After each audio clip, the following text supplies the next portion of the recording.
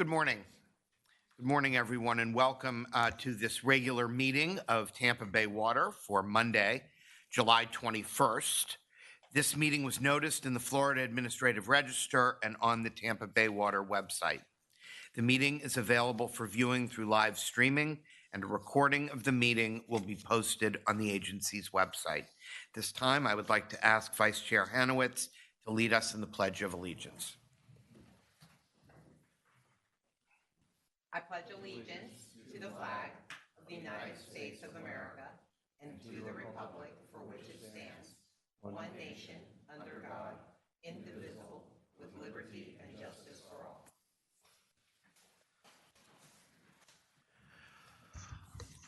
Commissioner Oakley, Commissioner Peters, and Mayor Davis will not be in attendance for this meeting. Kathleen, at this time, could we please have a roll call to determine if there is a quorum? Commissioner Cohen? Here. Councilmember Hanowitz? Here.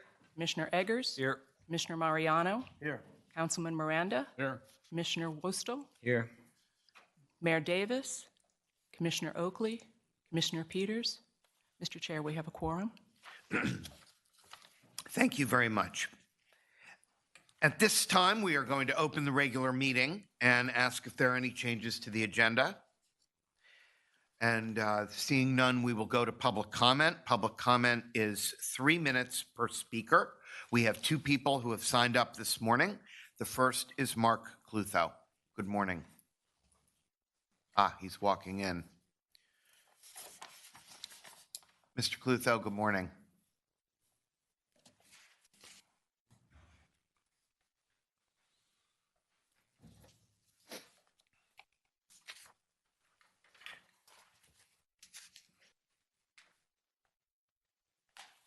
Mark Clutho, Largo. A5. Yeah, you're talking here about environmental conditions. Yeah. Well, all you do is degrade the environmental conditions. And your water-wise update, A7, well, how wise is it that all these plants that you have around this building, you have to mutilate because there isn't room for them to grow? That's completely asinine. And again, today, we're going to have a heat index over 100 degrees. And all the fools are wearing coats. So we'll buy more air conditioning so everybody's comfortable. So what happens? We have these headlines. We're heading into hurricane season unprepared. Storms like Milton will strike. Will we see them coming? The flooding in Texas is the future. We need to prepare. What caused extreme rainfall flooding in Texas Hill Country? Well, you're complicit. The waters in the Gulf are often 3, 4, 5 degrees warmer than normal. At one point this year, sea surface temperatures in the Gulf off Texas and Louisiana were more than 8 degrees above normal. As has been shown time and time again, event after event, climate change is heading to wetter, more extreme precipitation events. Well,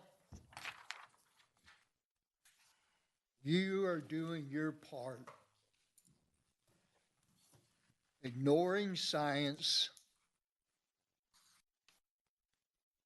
I mean, I just don't see how you can be more stupid. Yeah. Get rid of the stupid coats. Now, maybe you need to see a doctor. There's just something wrong with you idiots. David Ballard Geddes Jr., good morning. Hi, thank you, sir. David Ballard Geddes Jr. I live on Georgia Avenue in Palm Harbor. Thomas Jefferson's Louisiana land purchase was negotiated by three people: Thomas Jefferson, Robert Livingston, and James Monroe.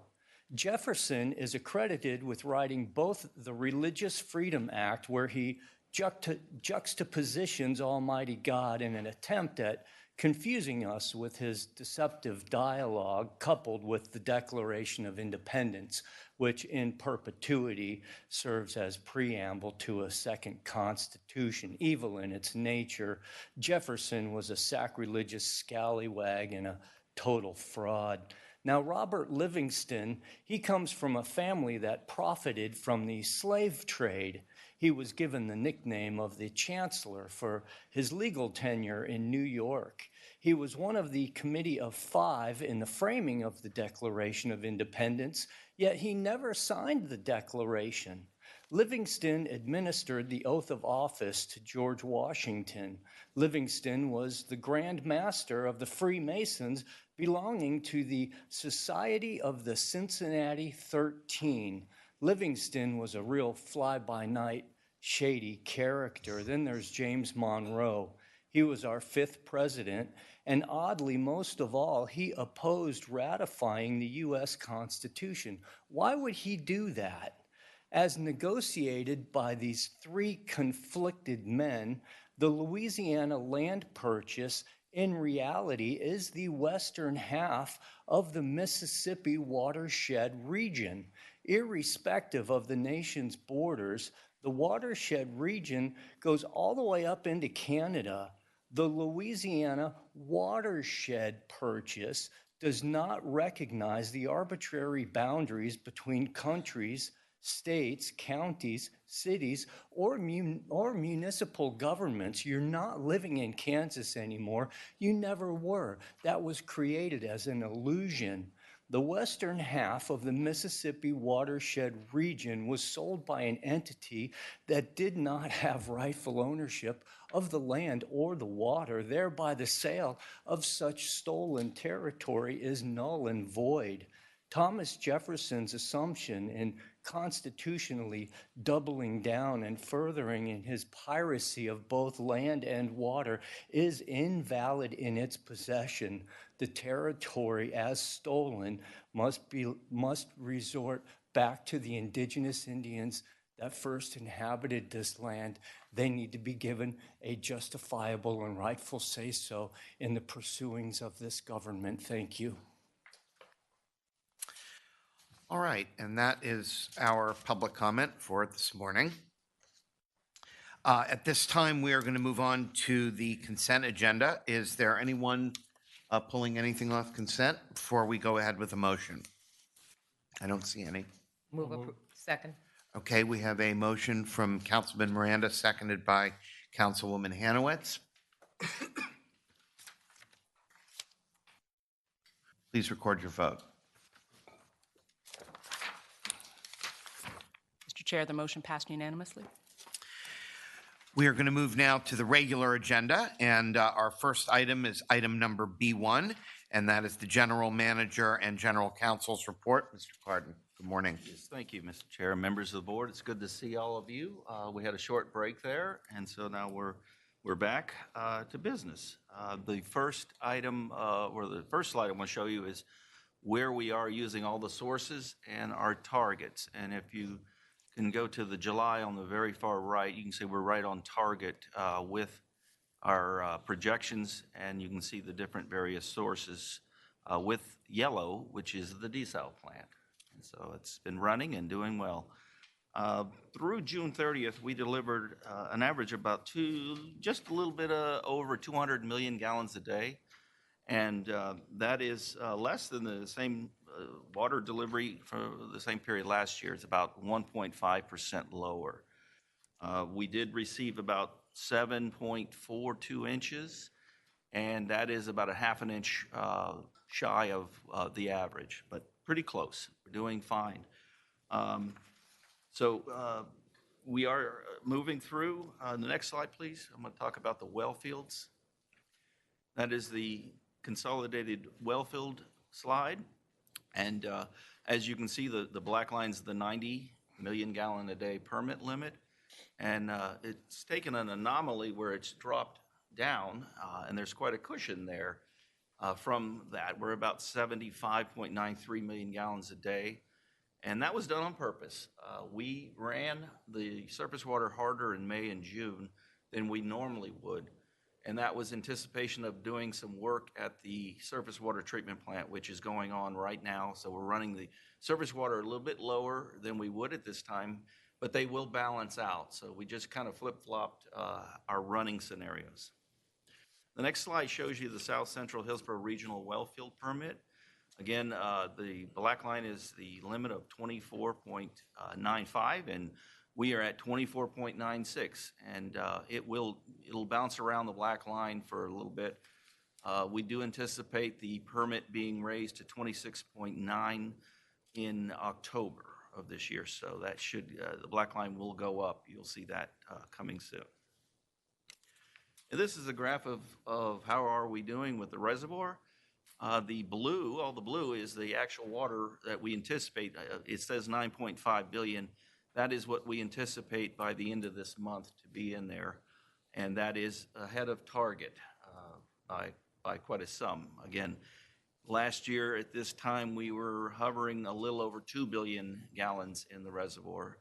And so it's quite a different story. This is generally the average year. Last year was not. And hopefully we'll never see another year like that. Here's some things I'm going to chat with you down the line. We'll start with the legislative appropriations update. As you know, the session just ended in June, and the governor signed the budget on June 30th, and we did receive 2 awards, one for the surface water treatment plant, that's $650,000, and then another project was awarded $1 million for our SCADA Secure Ops project. The bond refinancing. We asked the board, and the board approved in May to refinance the 2015 A bonds, and we went to market. They closed on July 3rd, I believe, and we achieved a 4% savings, which equates to about $680,000 a year, and that is very close to 1 penny off of our rate. So that was very good news. On water quality, we are still watching closely the EPA and the rulemaking that's going on. They did make an announcement early this spring that they would increase the time for being in compliance with PFAS from the year 2029 to the year 2031. And they dropped some, or they raised some of the parts per trillion for the PFAS from 4 to 10 on certain PFAS elements, but not on, there was 2 of them that are the main ones. They're still at 4 parts per trillion.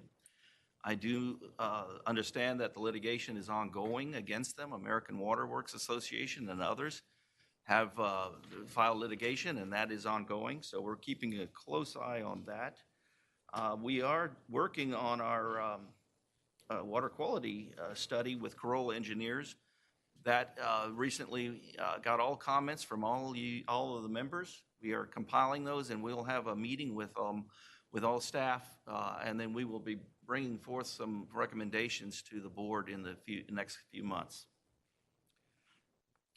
Hurricane resiliency. We are in the middle of the hurricane, and I read somewhere today that we are starting the peak season, and as we know, late August and September is when a lot of it starts. After last year, we went through a variety of meetings with lessons learned and after action plans, and we've been working hard to implement these short and long-term fixes. We met with all the member governments, all of their utility, their communications, and their emergency management staff, and we talked about improving our coordination and communication. We have implemented some of the generator with Withlacoochee River Electric help us maintain and operate the generators that run the Crossbar and the Cypress Creek facilities. We've also updated our fuel contracts to stage a fuel tanker at our regional site to allow better access for our workers in a more centrally located place. And we are working with Hillsborough County and Pasco County to come up with an MOU to get some fuel as we need to from them. We've done a lot of tree trimming, and we applied sealants to most of all of our buildings that experienced some type of water damage last year. We also hired a new emergency management program manager. So he started about 2 weeks ago, and we've been doing a lot of training for the last several months. Lastly, we're going to be establishing a schedule to have a quarterly member government meeting. It'll help us enhance our communications and prepare better for the storms. We'll be meeting quarterly during the hurricane season. And I want to mention purchasing. Our purchasing department received the Achievement of Excellence in Procurement from the National Institute of Procurement. And that was the first time they received that. They're doing a great job, strong performance, accountability, and they're adding terrific strategic value in our procurement here at the agency. Next slide, please. I'm going to show you some of the things we've been doing out in the community. This is the Girl Scouts of West Central Florida's Water Conservation Academy Camp.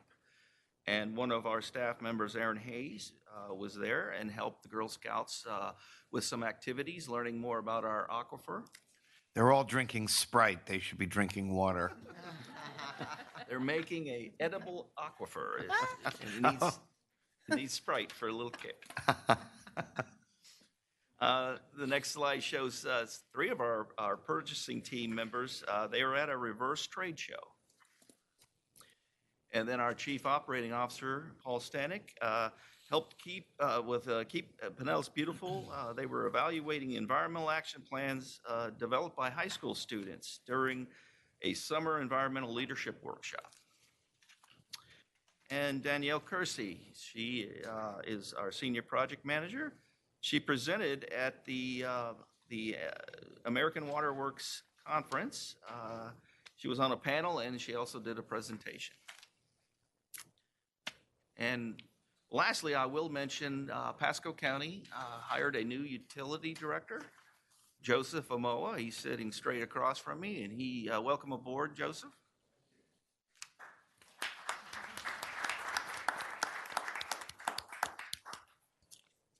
And that's my report. Any questions from board members? Commissioner Mariano. Thank you, Mr. Chairman. You know, a while ago, we talked about the Four Rivers project, about a reservoir project that the Army Corps had designed 3 years ago. And I mentioned out in Dade City where they have all sorts of flooding going on this past year because of water that just can't drain. And it abuts right up to the green swamp in certain areas. I asked Tampa Bay Water staff to go work with our county, and talking to Jason Mickle, who was Joseph's boss, even this morning, they haven't had a conversation yet. So I don't know where we are going with that, but I would love to see it happen. And maybe before Joe leaves, you can actually start the conversation, because the reservoir is great for water itself, but it's also great for stormwater. And you can maybe have that dialogue today to get it rolling. Yes, I'll ask Warren to. He's been our lead on that. Morning. I have talked with Pasco staff on a couple of occasions to coordinate. They have asked that we stand by for future meetings with the Army Corps and the district and Pasco County. Your staff wanted to take the lead so that we didn't jump in and things become a little jumbled with multiple meetings. So I'm waiting to hear back from your staff. I will follow up with them this week to see how we can engage with them in those studies. So what staff person did you talk to? My notes are upstairs. It was a doctor. The name eludes me, but I will reach out to them this week. And Joseph is coming right from that department, so I think today you're going to start the conversation a little bit more intensely. But it's something we should be looking at and should have been done months ago. Thank you. All right, we are going to move on now to the PFAS litigation settlement update. Ms. Fernandez. Thank you. I'd like to introduce Augie Ribeiro. He is with Ventura Law, and he's one of the attorneys that has been aptly handling Tampa Bay Water's involvement in the PFAS litigation. He's here today to provide you with a brief history of Tampa Bay Water's involvement and also an update on where we are at with the settlements. Thank you. Morning, Mr. Ribeiro. Thank you. Good morning, Mr. Chairman. I'd just like to say that I know you get heaped with praise often as a board for all your decisions, and sometimes it's probably merited because I stood before you or came before you. This is my 5th meeting before the board, and some of the new members may not recall. But going back to 2019, we decided to review and discuss the potential of a litigation involving bringing an action against the component manufacturers of PFAS and PFOA. And this board, through legal counsel and through the 5 subsequent meetings that I presented, made a great decision. In 2020, you allowed our law firm, you retained us, and you allowed us to bring a lawsuit against 3M, DuPont, and a number of defendants who were the component manufacturers of PFAS and PFOA. And because of that decision, we were one of the leaders in this litigation that brought about almost a $13 billion settlement about a year and a half ago for cities and water suppliers across the country. But because this board gave us authority in 2020, the amount that we settled for Tampa Bay Water was a 25% increase. And I want to point that out. That is an extraordinary, great decision by this board. So I'm here to announce that on a gross settlement basis, that we're proud to report that we have settled for Tampa Bay Water an amount that will be, in the end, about $23 to $24 million as a gross award, and net somewhere between $17 and $18 million. 90% of that comes from the company of 3M. 10% comes from DuPont and other defendants that we have brought litigation against. That last 10% has not been resolved, but the first 90% has. And that amount is estimated at $21.7 million. And then we anticipate another 10% against the remaining defendants. And that's why our estimates are somewhere between $23 and $24 million as a gross award. We're proud to have represented Tampa Bay Water. I'm just, by way of history, I was here almost 10 years ago. I had the privilege of representing Tampa Bay Water, again, as a resident of Pinellas County, for the BP oil disaster. And I was proud to present an award at that time. I know oftentimes as board members you're criticized, and your team, your staff, the engineers, the people on the field that had to cooperate with us throughout the many years. We also went through COVID. So the decision to allow us to bring the suit and to cooperate with us, to allow us to get litigation testing. We did our own testing, which supplemented our efforts in this case. And I want to point out to you, because many of the general public don't understand this, that many cities that we presented to over the last 6 years refused to get involved in this action. Refused. For one reason or another. They didn't want to bring light that there might be a problem. Many cities and water suppliers failed to receive any monies from this settlement because they didn't file timely. And so I think it's time that we say thank you and hats off to this board for making a great decision, and funds will be forthcoming, and I've supplied a memo to that effect. And I thank you for the privilege of allowing me to represent you over these years. Thank you very much. Any questions? Well, Mr. Ribeiro, thank you, and thank you for that wonderful report. You know, Councilman Miranda and I, when we were on Tampa City Council, the Tampa recovered money in the BP litigation.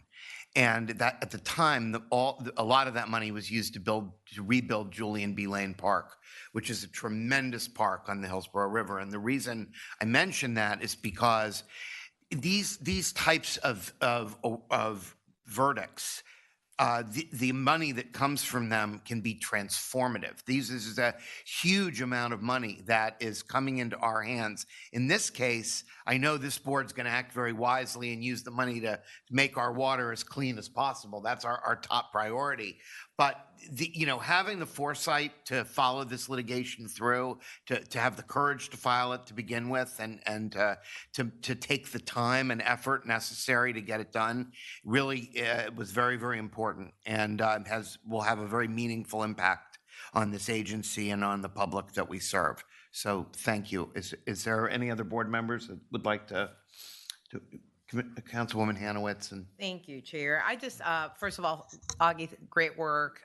Thank you. Obviously, 5 years is a long road, and we had many meetings on this, and it's come to a good conclusion. My question is in terms of when we expect the money, and then where are we gonna put the money in terms of invest the money or put it in a place where it earns what it should earn until we decide what happens with it and what's gonna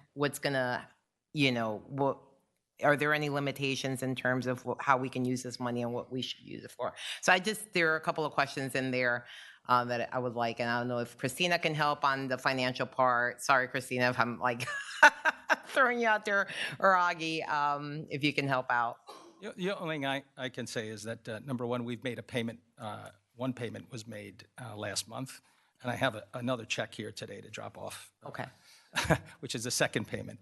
And then by the end of the year, we expect another larger payment. And so we expect by the end of this year that you will be receiving 65% of this amount of money that you're entitled to. And then the next payments, the next 35% will be paid out over the next 4 to 5 years. That's our estimates. So by the end of the year, you should have about 65% of this award, and there are no restrictions. Okay, great. So I would just like to see if wherever we're putting our money or holding our money, because it's going to take a while anyhow to make sure we're earning the best interest rates while it's there, until a decision's made, I would assume in the future sometime. So we are setting up a separate fund that we will be able to track the money, and then any interest that it earns will stay with that fund. And then once the board makes a decision what to spend those funds on, then we will track it as well. Just like we do with any bond proceeds we receive, we track those separately, maintaining the interest and where all the money is spent. So we'll do the same thing with these funds. We're creating a separate fund to do that with. Okay. Well, thank you very much, and thank you, Augie, for all you've done. any other comments? Commissioner Eggers? Yeah, just real quickly, I wanted to second some of the comments. These kinds of efforts are like 5 years sometimes in the making, sometimes longer. And the attitudes can be, why bother? But we do have an incredible staff that brought it to, to a point where I think everybody was pretty clear on what could happen and why we were doing it. So I just, the residents of Tampa Bay region and why this board was created some 25 years ago couldn't be more apparent. So I'm really just proud of the effort by staff. They really are the folks that made this happen, and thank you for your efforts as well, and past board members that were up here when we did all this work. So thank you again. Thank you. It's so much easier to not do anything, especially with a difficult decision. There was a lot of talk about it when we were considering. So thank you again. Yes. I just want to thank you. There's something to say, why not do it? Well, can you imagine if it wasn't done from this agency or any other agency, what we would be in 10 years? Yes, sir. So money isn't everything. It's a cutting off a period where all of society would have been in deep trouble if these things kept on perpetuating itself for many years to come. So for that, money comes and goes, but people's lives mean more than money. So thank you and everybody in the staff who voted for all this, and thank everybody in the audience who participated. Thank you very much. Thank you, Councilman Miranda. Commissioner Mariano. I just want to thank you for bringing it forward, and thanks for your great work on it. Thank you. Thank you. Thank you. All right, great. Thank you. All right, let's see where we are here. Check. Thanks. Oh, We probably ought to do that a little more ceremonially the next I time. will keep it, I promise. But, I'll make sure it gets to Christina. At this time, we are going to move on to our action items. We have two this morning. The first will be presented by Maribel Medina, Planning and Projects Director, and that is in relation to the South Hillsborough Pipeline Segment A. Good morning. Well, good morning, Mr. Chairman and members of the board. Today, I will request your approval for agenda items C1, C2, and C3, which are closely related and pertain to the construction phase of the South Hillsborough Pipeline Project. With a clearly defined construction strategy now in place, we have negotiated scopes and fees with the respective engineering teams that are helping us with this project to support the phase that align with that strategy. Specifically, I will be presenting and requesting approval for the following: the third amendment to Contract 2021-024 with Wade Trim, Inc., the second amendment to Contract 2021-025 with Stantec Consulting Services, and work assignment number 3 amendment under Contract 2022-001 with Black & Veatch. But before diving into the details of these amendments, I will begin with a brief project update. And as a reminder, this pipeline will span about 26 miles and will have a diameter of up to 60 inches. It is designed to deliver up to 65 million gallons per day to South Hillsborough County, and this map illustrates the pipeline route. To date, we have completed several milestones and have reached the 90% design for the pipeline, while we continue property and permit acquisition, design of the points of connection, and continue our public outreach efforts. On the public outreach, we have just completed a public engagement activity that was required by Hillsborough County. The county's board policy 09010101 requires BOCC approval of temporary road closures by a public entity that exceed 30 days in duration. This policy also requires public engagement at least 14 days prior to the BOCC meeting at which this item will be considered. At the direction of Hillsborough County staff, we had an online engagement from June 20th through July 18, and we had in-person meetings last week, July 15 through the 17th, and this engagement opportunity was extensively noticed with direct mail postcards, emails to our email subscriber list, Facebook ads, Facebook posts that were shared and picked up by the community, and news articles and more. The project requires a total of 29 permits. Today, we have submitted 9 permit applications, including the 2 major environmental permits. So far, we have received 1 permit, and the remaining 8 applications are currently under the review by the regulatory agencies. Now that we have reached the 90% design, the engineering team is preparing 10 additional permit applications, and as we approach the construction phase, Garney, our construction manager at risk, will be responsible for applying and obtaining the final turn permits needed for construction. We remain on schedule to obtain all the critical path permits prior to the start of the construction activities.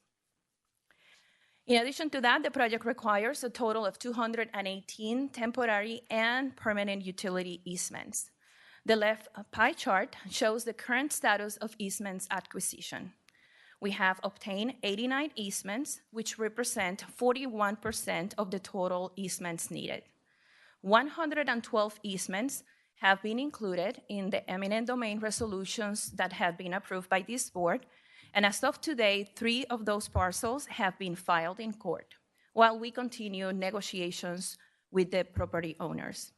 The remaining 17 parcels are owned by Hillsborough County, ELAP, the Fish and Wildlife, and TICO, and the right chart displays the expenditures today and the remaining budget for easements acquisition. We're on schedule and within budget to get all the parcels and easements by the time that we begin construction activities. And to date, we have spent 15% of our property acquisition budget on that 41% of the closed easements. This slide shows the project overall schedule. Construction is tentatively scheduled to begin as early as this fall, pending the final design, property acquisition, and permitting. And we're expecting to have this pipeline in service in late 2028. This is a detailed schedule for construction phase, pending obtaining those necessary permits. We will begin with trenchless or tunneling crossing operations for segment A this fall, followed by segment B in the summer of 2026.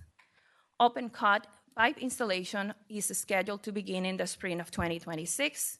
And in general, we will be completing restoration activities as we follow the pipe installation. These activities include surface restoration and addressing any immediate impacts. The points of connections, which we have 3 of them, and associated construction activities will also begin in the summer of 2026. And then we will be completing pipeline flushing, disinfection, and commissioning, which is planned to be in the fall of 2028. The final restoration and construction closeout phase will continue from the fall of 2028 through the summer of 2029. In this slide, we can see the complexity involved in constructing the 26-mile pipeline over a period of more than 36 months. The construction effort will involve a team of over 130 personnel with up to 9 crews working simultaneously across different locations at any given time. Segment A will be the most resource intensive, with 4 tunneling crews and 4 open cut crews. We will also have front end and back end teams handling the preparation and restoration work.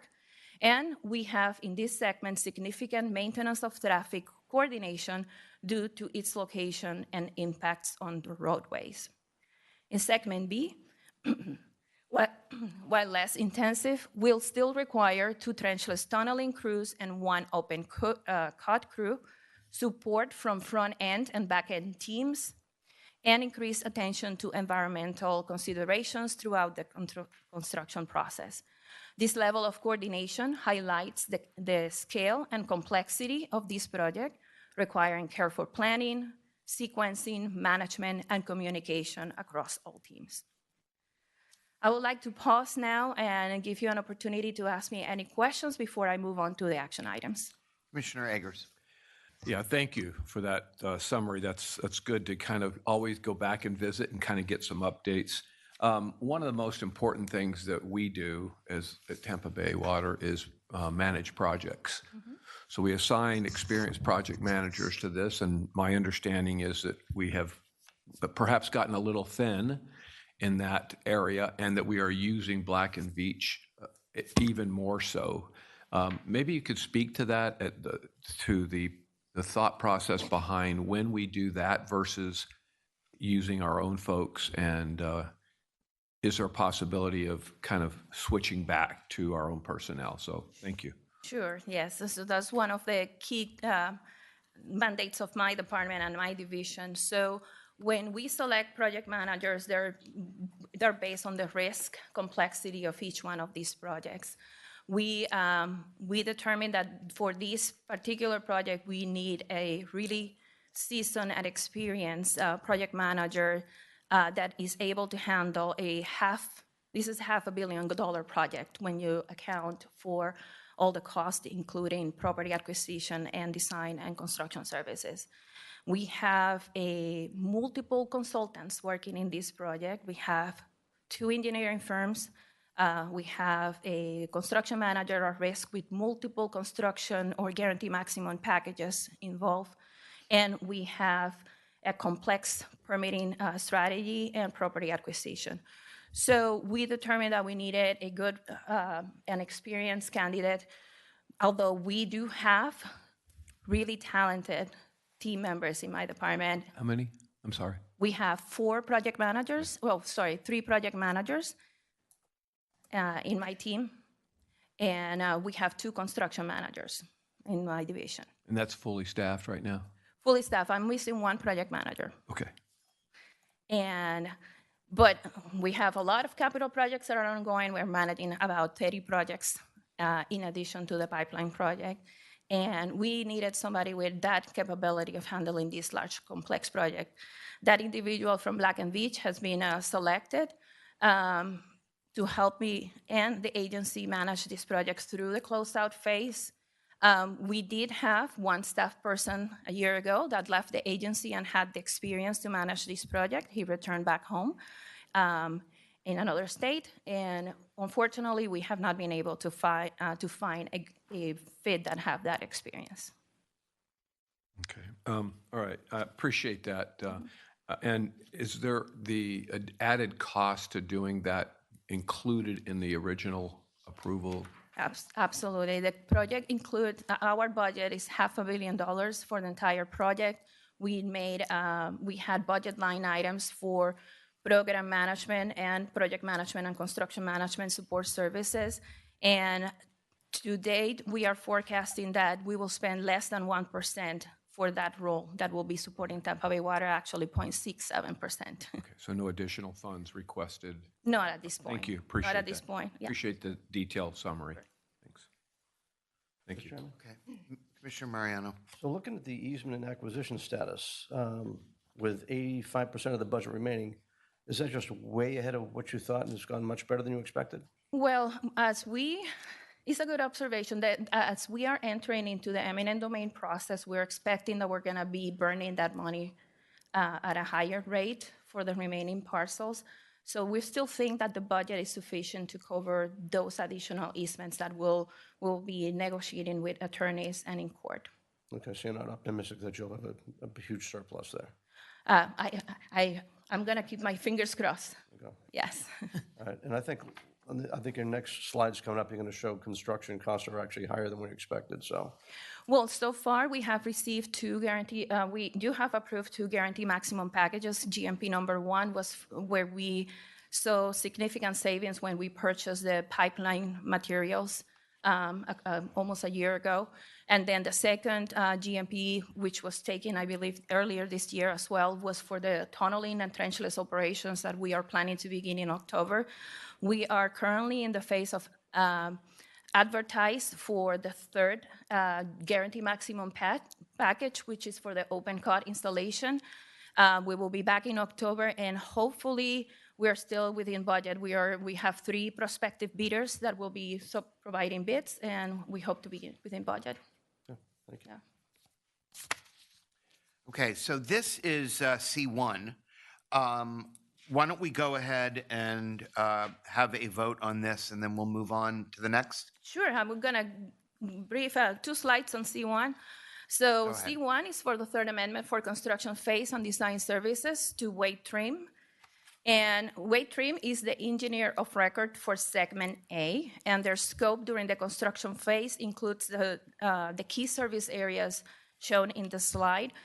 They will provide construction oversight services for segment A activities. They will provide engineering services and inspection services, environmental support, and public involvement, and will support the cathodic protection, construction engineering services, and inspection of those corrosion protection systems. And in addition to that, we'll support the project pipeline portion of it through the closeout phase and verification of any as-built drawings.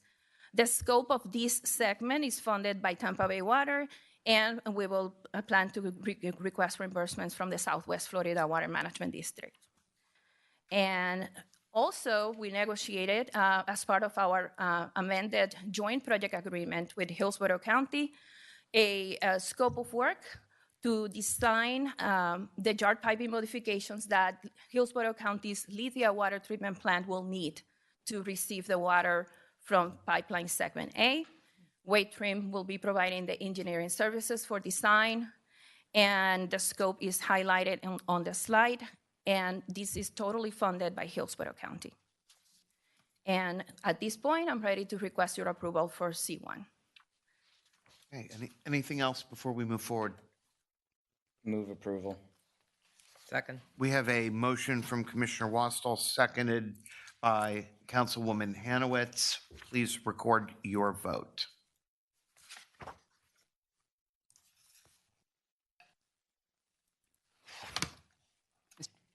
Mr. Chair, the motion passed unanimously. Okay, thank you very much. We will move on now to item C2. All right, so agenda item C2 is for the corresponding scope of work for engineering services for construction for segment B, which is going to be provided by the engineer of record, Stantec. And this scope is very similar to the scope that I highlighted earlier today for Wade Trim. And this scope will be totally funded by Hillsborough County. And with that, staff requests approval for the second amendment of Stantec in the amount of $6.9 million. Move approval. Second. We have a motion from Commissioner Mariano, seconded by Commissioner Westall. It was me.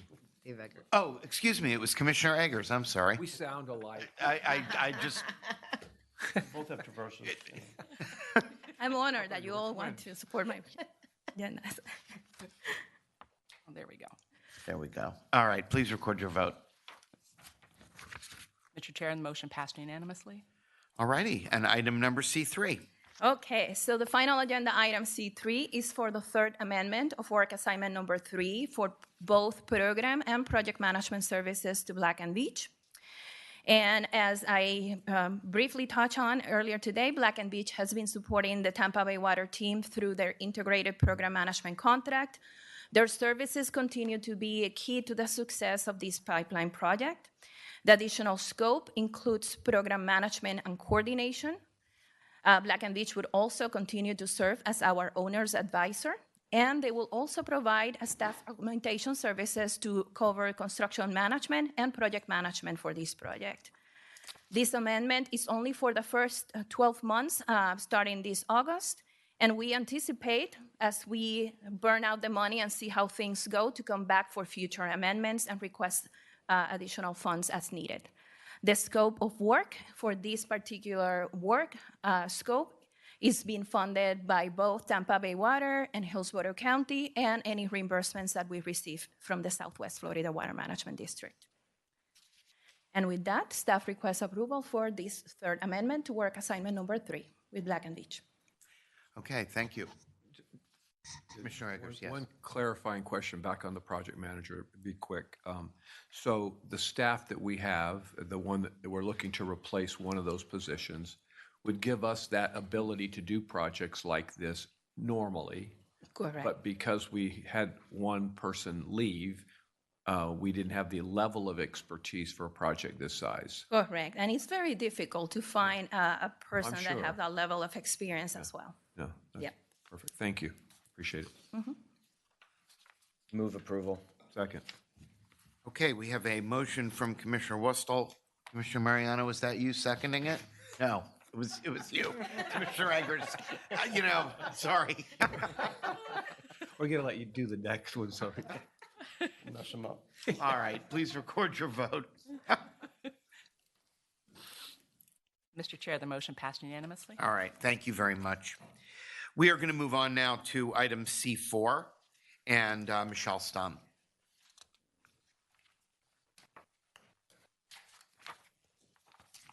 Good morning, Mr. Chair, members of the board. I'm Michelle Stum, your Chief of Staff and Chief Strategy Officer.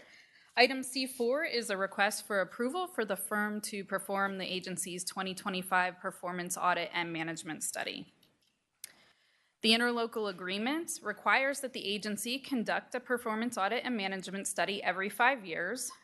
This is an important project because it gives the agency the opportunity to have a national firm look at our programs and our governance and offer us recommendations, let us know what we're doing well and what maybe we could do better. The last performance audit was completed in 2020. The recommendations for that audit have been reported to the board as task updates on the consent agenda regularly and through the annual presentation on strategic plan progress. In March, the agency advertised a request for proposals for firms to perform the audit and study. We received 9 submissions, and a selection committee comprised of agency staff scored and selected Baker Tilly Advisory Group LP as the top-ranked firm to perform the audit. Staff subsequently negotiated a final scope and fee, which is attached to your agenda item. I'd now like to introduce Caitlin Humrickhouse, a principal with Baker Tilly, to provide some additional details on the firm and its approach to this project. Good morning, Mr. Chairman, members of morning. the board. So Baker Tilly is a national professional services firm. We have about 11,000 employees nationwide, and my team in particular works in the public sector. So at any given time, we have about 2,500 utility, special district, energy clients, and another 3,000 city, county government clients. We specialize in management consulting, so process improvement, organizational design, strategy. Projects just like this. We've done a number of management studies across the country for those in the water industry. So I'll go a little bit into the scope of what we plan to do. We are going to couch our analysis in the EPA's effective utility management framework as updated in 2024. So it looks at 10 key areas of operations and then 5 overarching principles related to leadership, continuous improvement. And so as we go through our analysis, we'll be using different types of benchmarks, metrics associated with that framework as applicable to your organization. So I won't go through these, but this is a little bit more detail of each of those different areas that we will be looking at. Our project approach goes through 6 key activities, which I'll go through in detail on the next slide. But we really sort of start with some in-depth project management all the way through reporting and lots of feedback in between. So our first activity is to assemble the project steering committee. We plan to include individuals from multiple levels of the organization. We feel like we get really rich feedback on our deliverables from your team when we do that, and it also gives people a chance to step up in an important project like this into a leadership capacity. We'll be finalizing our work plan and schedule and asking the staff for information in order to complete our study. So any types of plans or reports you have, data that you have in place, and we'll establish a regular status reporting schedule. Then we go into sort of the meat of the project, which is really looking at that data, obtaining input. So we'll be doing lots of data analysis. We'll issue an employee survey to get feedback. We'll also be doing in-person interviews and focus groups, including interviews with members of the board and members of your member government, representatives from your member governments. And then what we do is we document our initial observations. So sort of our first take at what are we seeing in the data, what are we hearing from our interviews, and sort of giving the opportunity for the steering committee to give us feedback on those. Then we go into peer benchmarking and best practices research. So we will establish a group of benchmark agencies.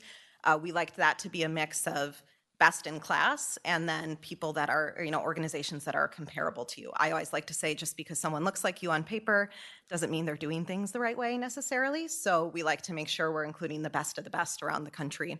And then we do a lot of industry analysis and best practice research, pulling in from AWWA and other industry associations. Then we get into, you can think of this as a gap analysis. So we have a really good understanding of your current operations. We have a great understanding of the industry and the peers. And then we're saying where are the gaps that we're seeing. Either where you're ahead of that gap, you're doing something best in class, or there's an area for you to improve.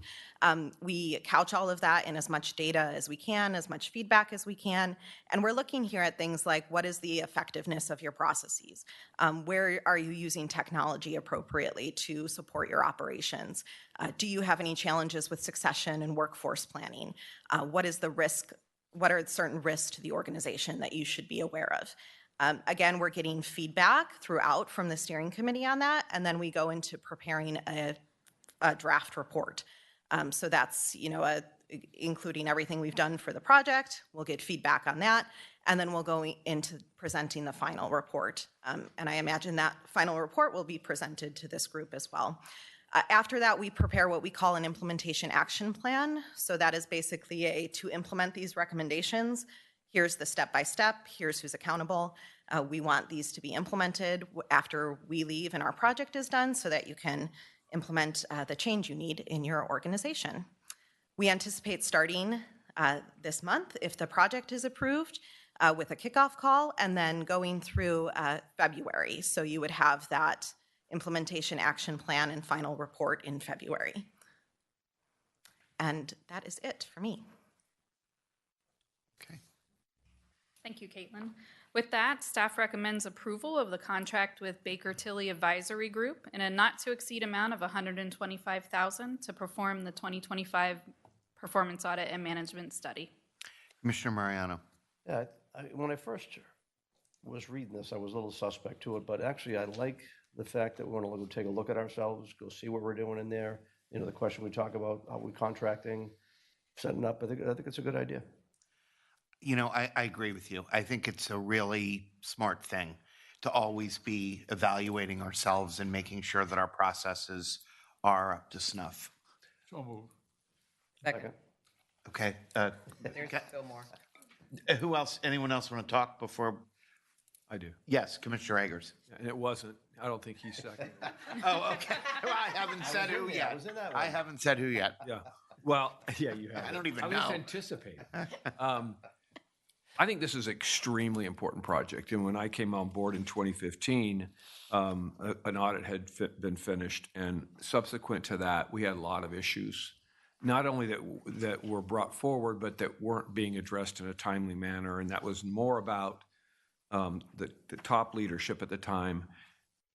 And then subsequently to that, the projects got done. The communication was perfect. So I really commend staff for all the work that they did. And I want to separate those comments out. But this is extremely important, and it is important to be timely. It's important to be critical. It's important for us to take that criticism and improve on it. And was your organization been a part of the last bidding process? You were not. Okay. Well, good to have you on board. Look forward to that. Have you had a chance to look at the last audit yet? Yes. Okay. Any general comments on that, or are you going to reserve that? I mean, I'd like to just hear your thoughts. I thought it was very thorough. I think what you'll find in ours is you might see a little bit more data and an advisory components. So we tend to be a little bit more forward-looking of, for example, we'll do a 5-year retirement analysis to let you know what percentage of your workforce is eligible to retire in the next 5 years. So None. We'll I'm kidding. Yeah. Well, that would be wonderful if that was the case. You know, so we'll do a little bit more forward-thinking things like that. I think you'll see that come through in our report, but I thought it was well done. And I think the part, as I was actually preparing to bid on this project, I went through and I could see very clearly where your team had addressed some of the findings in that report, where staff had addressed them. And I was very impressed at the level of transparency there, because you don't always see that. So I thought that really stuck out to me about you as an organization.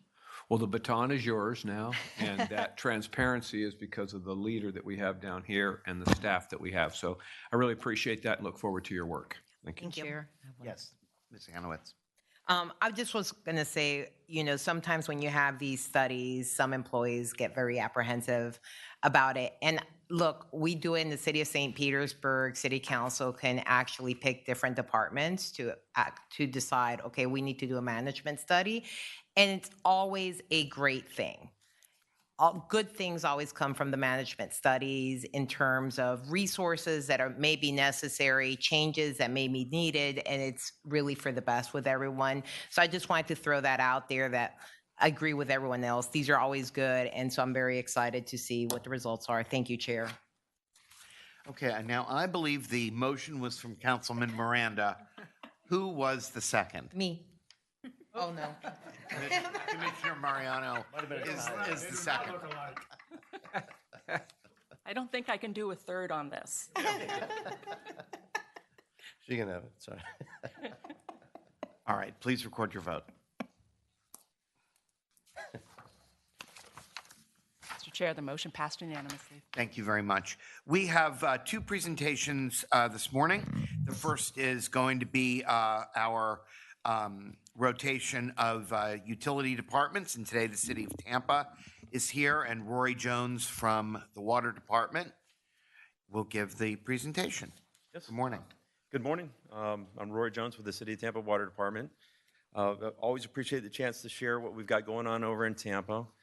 We have some exciting projects we'd like to highlight, along with a short video. And like many of you, we're juggling pipes, progress and public expectations all along the way. So I'll try to keep this brief and real.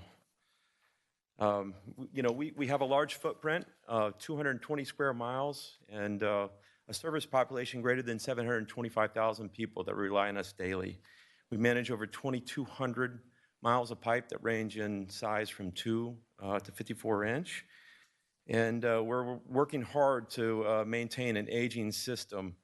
It requires proactive investments, pipes funding and bonds, and long-term planning. We have one central treatment plant, the David L.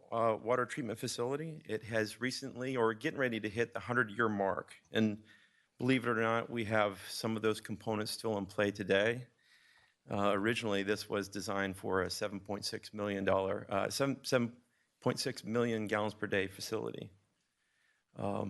Although our source water hasn't changed, this campus has drastically changed over the last 100 years.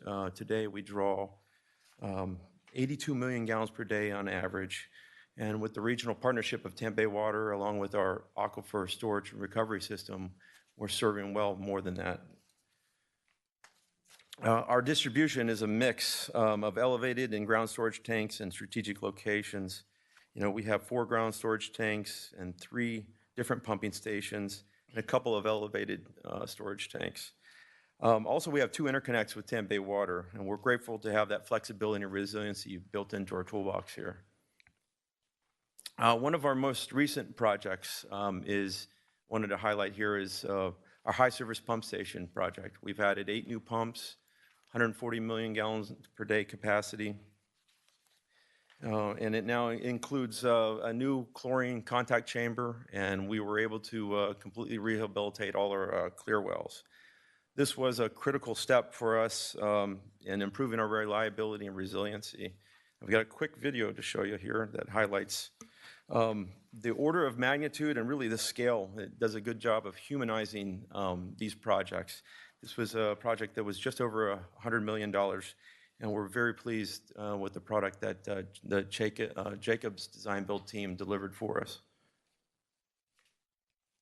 There is some audio with this, if you wouldn't mind.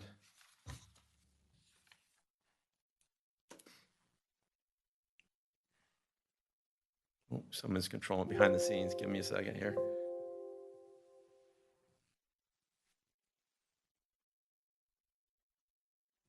Originally built in 1924, the City of Tampa's David L. Tippin Water Treatment Facility has seen significant improvements over its 100-year life. The 120 MGD facility is the city's only source of drinking water and provides drinking water for over 730,000 residents and businesses with a growing demand. The city faced several challenges to assure they can provide reliable, safe drinking water to their constituents in the near and long-term future. The city selected the progressive design build delivery model to increase collaboration, innovation, and control over the project, while providing a single source of accountability. The high service pump station and miscellaneous improvements project extended the life and repurposed aging infrastructure, increased maintainability, flexibility, and pumping capacity, and improved redundancy and reliability of the city's water treatment facility. These improvements took just over 5 years to design and construct. The #1 project risk during construction was keeping the Tippin Water Treatment Facility fully operational. Any disruption to ongoing operations would jeopardize the City of Tampa's water supply. Some of the challenges overcome during construction included working in close proximity to existing underground facilities, the unknown condition of infrastructure, the depth of construction, and the high groundwater table. Construction work was carefully planned during the design and construction phases through close collaboration with the many stakeholders, and successfully executed without impacting plant operations despite the many challenges and unknowns the team faced. The design build team developed and constructed an innovative concept that solved the city's challenges while providing safe and reliable drinking water. The new chlorine contact basin resolved 9 feet of hydraulic restriction they had in their existing blending chamber, while providing water quality via the use of an innovative jet mix system. The new center clear well allows the clear wells to flow in parallel and have the ability to be maintained in the dry and offline, while also providing an additional 1 million gallons of storage volume. Rehabilitation of the existing clear wells in the dry extended their useful life. The additional ballasting slabs allow the clear wells to be drained without dewatering systems, and added FRP baffle walls improved water quality. Finally, the new high-service pump station consolidated all pumps into one centralized location, allowed for the full use of the clear well volume for the first time ever, and increased pumping capacity to 140 mgd by using vertical turbine pumps with an innovative open-top pump can design that saved the client time and money. The use of design-build-delivery helped the City of Tampa achieve its project goals and provide many other benefits while setting the stage for continued water treatment success at the David L. Tippin Water Treatment Facility. Very nice. We've got a couple other projects I want to highlight. We have our chemical system improvements project where we are implementing hypochlorite generators on site. Essentially, this is a low-strength bleach, a little less than what you can buy at Publix. This is going to give us a safer facility, and we're going to rely less on chemical deliveries to continue delivering water. Another is our filter improvements. We're adding additional 20 mgd of capacity. These upgrades will provide critical redundancy and are part of our long-term capacity planning. Construction started this year and is expected to be completed in 2027. We do have some challenges, though, and I think this is common across all our work here. We, like many others, are experiencing significant increases in construction costs, in many cases more than doubling, especially with our pipeline. These cost pressures are real and force us to rethink schedules, scopes, and delivery methods. So a couple years ago, to help offset some of these costs, we developed a conservative business case for our own construction crew. The team structure, equipment, and compared actual numbers to projected rates, and ultimately received approvals from our leadership and from our council. So we started first by hiring a great team. It starts with that. We ordered equipment. Built temporary construction yards and construction trailers, and we got to work. And their results are impressive. The projects are completed faster and significantly lower cost. Matter of fact, we are seeing roughly 70% savings compared to a more traditional approach.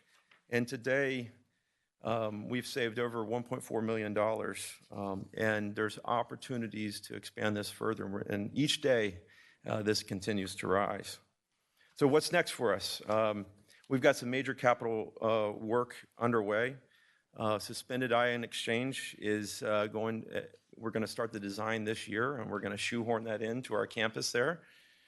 Now, we are currently negotiating GMP for a new raw water intake and a new and rehabilitated ozone system, as well as site-wide electrical improvements, where we're going to modernize our electrical delivery system and add some generators. We have some master plan updates across distribution, treatment, and our resource planning.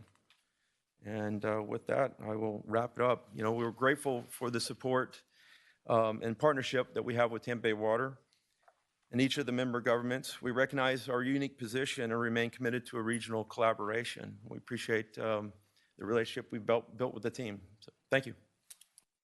Thank you. Any questions or comments, Commissioner Eggers?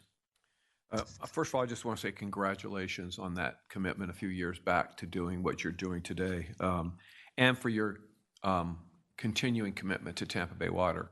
I know when I first got on the board, there was a little more acrimony between some of the partners, and I can't thank the city and the staff and the leadership for that continued commitment. It's really, really important that we all work together at Tampa Bay Water. Really commend you for that work, and I know that distribution challenge is just over the top when you get that old of a system. So anyway, good work. Appreciate your presentation today. Thank you. Commissioner Mariano? What a great project. Great engineering. Question for you. The Howard Curran plant, is that with the city of Tampa or is that It is with the city of Tampa. That's our wastewater department. Okay. Later on in committee reports, I want to talk a little bit more about the Howard Curran plant, Olds Mar-a-Lago, and what's going on in Old Tampa Bay. I've got some ideas. I think there's something we can look at, especially hearing what we heard from our attorney talking about how we went after something to make something better. I won't hold you up for that one. Thank you, guys. Councilman Miranda. Thank you, Mr. Cohen, Chairman. I just want to thank the whole city of Tampa government, the mayor, the city council, and Brad Bear, your super department head, yourself, for thinking outside the box and doing things today that were really needed yesterday, and taking the step forward to make sure everything is done right at a lesser cost by doing it yourself. Thank you very much. Yeah, thank you. Councilwoman Hanowitz. Thank you, Chair, and thank you for all the work. Look, in the city of St. Petersburg, just like we all have the investments that we need in our wastewater systems and our water systems and all the infrastructure. And a lot of times I feel for you all because it's never enough money, and you really do a great job with trying to maximize what you do with the money that you have. I see when I look at the challenges and I see the cost per mile of pipe installed doubled in 2022, and then It's just continuing to rise. it's continuing to rise, and that is a huge challenge because when you did a plan, which was back in 2019 or whatever, and there was a plan to pay for all these costs and infrastructure, and then this comes in and it doubles. And so I just want to put out there, it's always very challenging when it comes to making sure that we upgrade our infrastructure, but that you all are really doing a great job and trying to do the best you can with what you have and the resources you have to give the level of service that your constituents are looking for. Thank you. Well, I just want to thank you, and I know that you owe everything to past Tampa City Councils that made it all possible. So, but again, no, in all seriousness, congratulations, because this represents an awful lot of hard work. Would have happened without that proactive investment. And thank you. Kidding. Of course you are. South Hillsborough County program update. Okay, agenda item D2, the South Hills is for our South Hillsborough County program and is a status report. This agenda item is for informational purposes only, and no action will be requested today. As a reminder, the South Hillsborough County program is a multi-approach initiative designed to meet the demands of South Hillsborough County. And the program includes three major areas. The first one is water supply management, water conservation, and infrastructure projects. We have worked to maximize our existing infrastructure by increasing the South Central Hillsborough Regional Wellfield permit limit. The permit limit was increased by 850,000 gallons per day back in July 2022. And as the general manager indicated earlier today, it will be increased to 26.92 million gallons per day by October this year. Staff continues to work closely with Hillsborough County staff on demand management actions to educate the public and how to use water responsibly. The county helps to promote our Tampa Bay Water-Wise rebate program and educate their customers on water restrictions and best landscape and irrigation practices. And the Water Management District issued outdoor activities restrictions last year to help us get through a very dry time, and demands back then were greatly reduced with their help. Infrastructure projects are the major component of this program. The stars on this map shows the general location of the projects under this program. We have completed 3 projects, all of which have increased the delivery capacity in this area of the county. And as presented earlier today, with agenda items C1 through C3, we continue to work on the South Hillsborough Pipeline project, and staff has been working on getting ready to request your approval in a future board meeting to move forward with the South Hillsborough Hillsborough Wellfield project. The South Hillsborough Wellfield is a new water supply project that was shortlisted in both the 2018 and the 2023 Master Water Plan updates. The feasibility study for this project was completed back in 2021, and this new wellfield will include 8 production wells and could yield between 6 to 12 million gallons per day as early as 2030. The project will require ozone treatment for the removal of hydrogen sulfide, about 4 miles of collection mains, a new point of connection with Hillsborough County, and we are estimating capital costs for this project to be about $126 to $160 million. Part of the quantities of this wellfield will come up from our acquisition of water use permits. The board may recall that it previously approved staff to acquire 5 water use permits from 5 parcels owned by Land Reserve and Farmland Reserve. The capacity is estimated to be 3.9 to 5.9 million gallons per day, and we are currently working on a permit application to transfer these quantities to this location. Just like the other permits we have purchased and transferred, 10% of the impacts from the donor permit will go back to the environment as part of the transfer. And those permits, plus the aquifer credits we hope to acquire from Hillsborough County, will be used for the South Hillsborough Wellfield if approved by the board in the upcoming months. The proposed wellfield will be located at the Akmar property in the Balm area of South Hillsborough County. This map shows the proposed wellfield layout. The western portion of the Akmar parcel is owned by the Environmental Lands Acquisition and Protection Program of Hillsborough County, and the parcel is now known as the Stacy R. White Nature Preserve, and wells 1 through 4 will be located in this area. Well number 5 is our test well, which is shown in the upper left corner of this graphic, and wells 6 through 8 and the associated water treatment facility will be located in the eastern portion of the parcel. This well and water treatment plant will be co-located with Hillsborough County's South Drinking Water Facility and next to the new Balm point of connection associated with the South Hillsborough Pipeline Project. At the April board meeting, I provided an outline of the upcoming board actions for the potential new South Hillsborough wellfield, and these include approval of an agreement with ELAP and Hillsborough County Water Resources Department to acquire well sites and easements on the ELAP-owned part of the Akmar property in exchange for water development rights on the former Cone Ranch wellfield.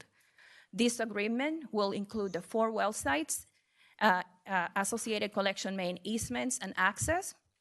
And to date, the County Department of Real Estate has developed the draft documents, which are undergoing their internal review and soon will be shared with our team for our own review.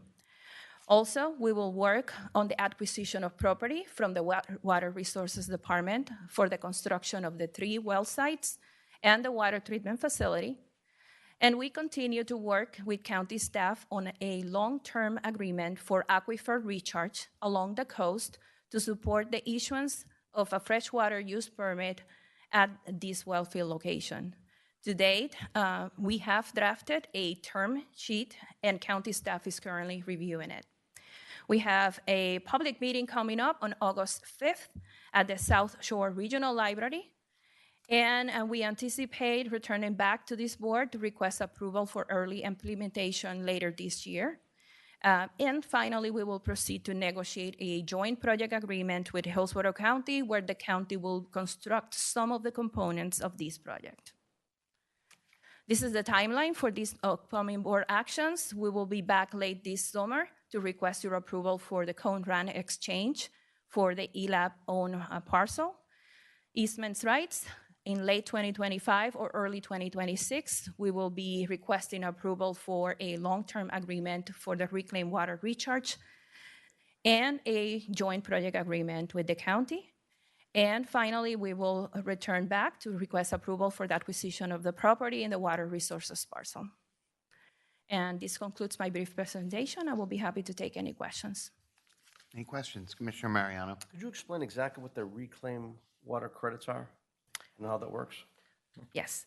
So you may not remember, but I will try to explain it. When we conducted the feasibility study for this potential well field, we contemplated needing a water use permit in the southern portion of Hillsborough County, relying on the injection of reclaimed water in the county's South Hillsborough County Recharge Program.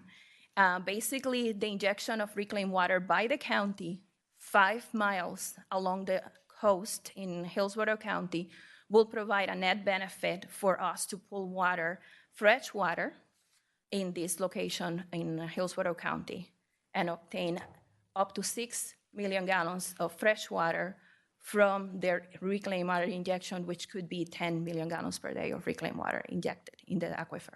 Right, and if that did come up for a vote, I would have voted against that. So I'm not a fan of that, but I just wanted to understand the credits. Okay, so that explains that. Thank you. Okay. Anyone else? Commissioner Eggers? I think as we go forward, that whole idea of injecting reclaimed water just anywhere is different than what we're talking about here. I mean, this is along the coastline. It helps keep the saltwater intrusion. Correct. And there's a lot of benefits to that, and benefits of utilizing excessive reclaimed water that would otherwise go into the bay at this point. So I think it's a great project.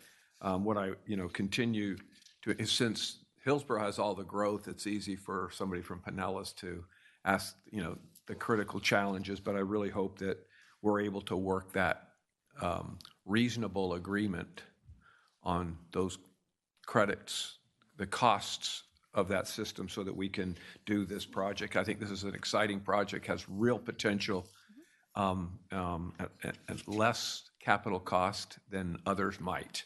So I know we've got capital costs. I'm not saying that, but I think this is a really great opportunity, and really appreciate the work and the summary. But I think along the way, if we can have maybe some little tutorials for all of us, reminders about the different technologies that we're talking about, I think it helps put things in perspective, or not, depending. But thank you. Appreciate all the work.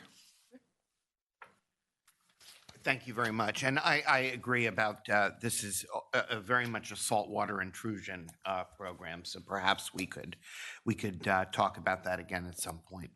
At this point, we are going to move on to other administrative matters, old business, and any new business. If there's anyone that has anything before we move on to receive and file. Commissioner Mariano.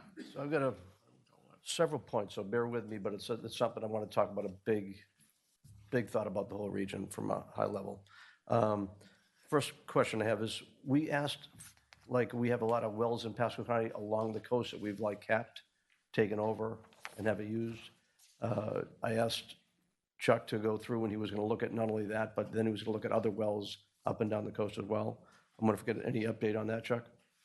Yes, again, Warren's taking the lead. He's met with them, and we're currently compiling a list of the inventory that you have. And I believe you've enlisted a consultant to help. And if you have anything, you tell her it. We're looking at comprehensively across the county Right. at permits and wells that are owned by the county for public supply, as well as other entities other than the county. When we do that, we'll find out the water used, the permit quantities, and compile that database, sit and meet with your staff to find out where those systems are with respect to your and our systems. And for those that are logical, we would work on acquisition agreements to bring back. There's a real potential that we could harvest some of those quantities, some may be unused quantities, for consolidation in our current permits, and use our existing infrastructure and pipeline system to bring a cost benefit for the region. Okay. So again, waiting for that, but should go on. All right. Years ago, we had the BP's consortium settlement, where Florida was very smart about having 23 counties take over it, so a lot of the money went back locally directly to the state, to the counties, at least on the Part 1 money. And the state expenditure plan, we had control over that too, with putting a plan together, where the counties got the money direct instead of going through the state. But there's a giant pot that's out there called Part 2 that's out there. Currently, if you look at it from what I'm hearing from just coming from a NACO conference, that a lot of the money that's being spent along the coast, which should be the big coastal areas, Texas, Louisiana, and Florida. And being that we have that, we should be looking heavily to go after that money. You know, beaches, fishing, #1 tourist development things in Florida. I don't know if you guys know, but in Okaloosa County, we had a consortium meeting up there in August and July. They have the largest tourist development numbers because of that. And I know as we protect our coast, especially Pinellas County, the beaches are critical to what's going to go on, the image that's out there. There was a presentation from Governor DeSantis coming down to the environmental conference that was just down at Marco Island. And that conference was all about how much they're spending in South Florida to protect local Okeechobee, the Everglades, like $500 million a year with different projects. Part of it is to take the Kissimmee River and do treatment there. Part of it's to take the 2 side roads going east-west that go out that, you know, we cause a lot of algae bloom down to the south. So if they're going to spend, and this is federally backed as well, it was a big accomplishment to get it funded with the Trump administration, make it happen. And having that happen is kind of eye-opening how much money's out there, that I think we should be looking at a big project. Now, the project that was just mentioned here, we talked about looking at probably reclaimed water lines running out there. And when we've got the old Tampa Bay that was doing great replenishing seagrass for a while, we should really look at a project to take, there's at least 2 cities in the Howard Current plant that are putting money into that bay. So it's not just one thing, and there may be more. And I sit in the estuary project, I'm actually, the estuary program, actually chair of it this year, even though Pasco County's probably got the least impact to the estuary. But I think we should work with the estuary. Let's go study the issue and find out how we can take those reclaim water things, and whether it be from the BP pot money too, or from the feds to say, Tampa Bay is very important, that we want to protect our bay, and here's a way we need help to get it done. I think it's just as important it is for, let's say, Miami as for this region to have Tampa Bay thriving, because as water goes out, the cleaner it is, it's going to keep algae bloom down and keep our beaches clean. We don't have to worry about, do we have a notice coming up? So I'd like to see Tampa Bay Water work with the estuary directly with Swift Mud and the Army Corps as well, to kind of find out what can we go do to make it. And as Hillsborough is expanding down to the south with all that, the more reclaimed water you guys can put in lines, the better off you'll be as far as being able to move that water less expensively than going, let's say, up to Pasco, where I think we could probably take a huge chunk of reclaimed water up there. We had a gas plant that we put up in an area that actually used a lot of our reclaimed water, which we didn't anticipate. So we've really got overcapacity of pipes up there, but I think it'd be great to take a look at all that's out there. There's a federal impetus about water, and especially in Florida. I think it's a good opportunity for us to start a conversation. Commissioner Westall. I think that that's a great segue for me to say that I would support any future item to use tourism dollars to protect our water rather than subsidize rich people in their expensive stadiums. Thank you.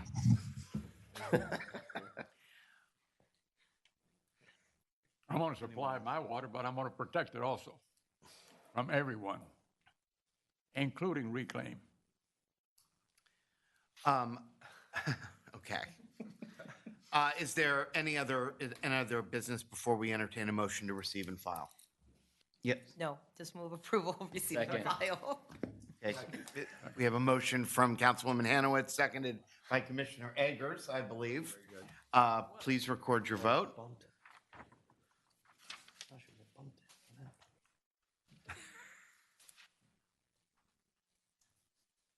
Motion passed unanimously. All righty, our next meeting will be Monday, August 18th at 9:30 a.m. And until then, have a good rest of the summer.